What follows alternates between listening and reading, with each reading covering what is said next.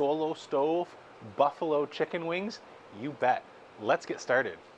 Hey, I'm James from Smoking Dad Barbecue, and I have taken refuge from the elements today. It is windy, cold, and rainy.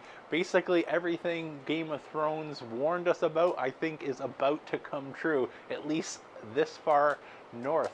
So I thought, while I have some warranty work going on my grill table, which is why the Classic Joe and the Big Joe and the Junior are aside so the crew could do some work, I would drop in my solo stove for today's cook. And I'm doing this for a couple of reasons. One, it's helping me stay warm in the suddenly frigid temperatures. But two, and the main reason, is when I did my reversed seared tomahawk ribeye on the brand new grill accessory for the solo stove, this is the Bonfire model, I was blown away at the quality of the smoke that the solo stove produced. Immediately, this shot into the top 10 list for the best steaks I've ever made.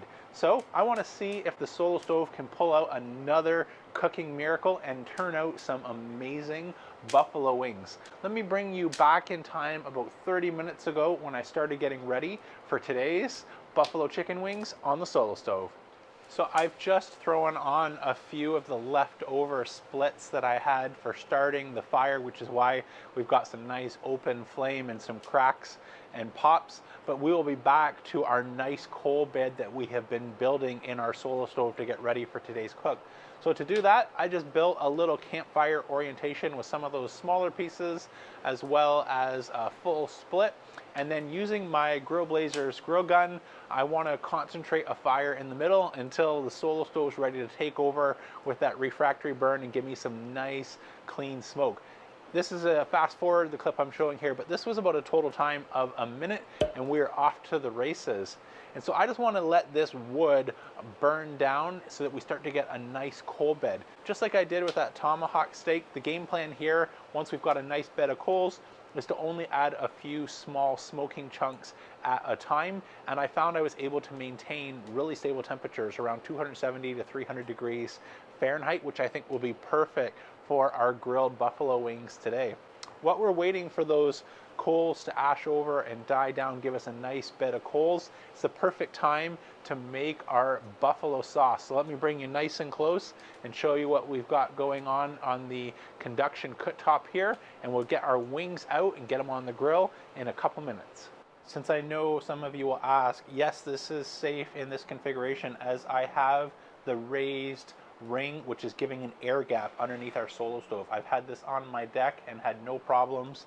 And so while we're on a piece of wood, this is completely safe to the touch all the way around the side of the solo stove. So this is not doing any damage to our table or the tabletop below it, where I can get my hands right underneath the stove with no problems.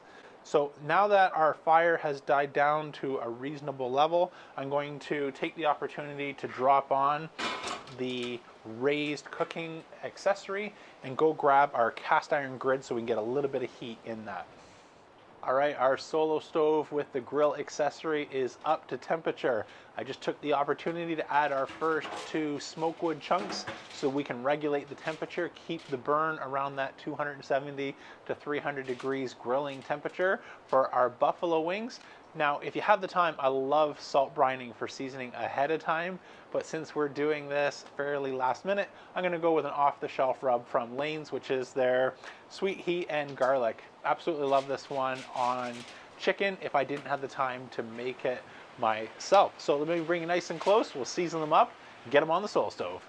So this is about 5 pounds of wings from Costco for reference to see if we can get them to fit. Okay, let's hit them with some rub. Let's flip and get the other side. All right, these look good. Let's get them on our solo stove bonfire. All right, let's see if we can fit them.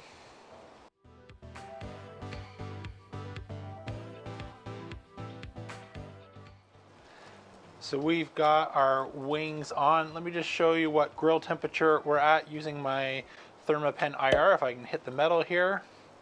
So we're at 294 degrees on the grid temp. So that is right where we thought we'd be, that 270 to 300 degrees Fahrenheit.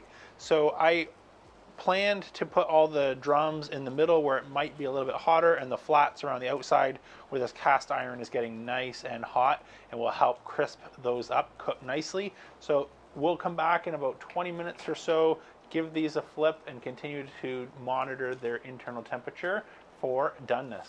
All right, let's give these a flip, see how they're looking. Starting to get some color on the other side, so I'll take it fast forward while we flip these.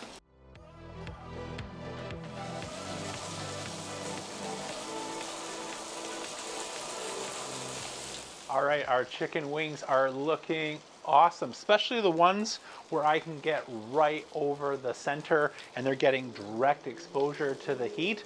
Where the cast iron grid extends beyond the ring, those flats look like they need just a little bit more time. So I'm going to take off the drums that are done and up to temperature, and then just move the flats over for a few minutes per side, get them nice and crispy as well. Then we'll be ready to sauce them and throw them back on for a couple minutes to let that tack up.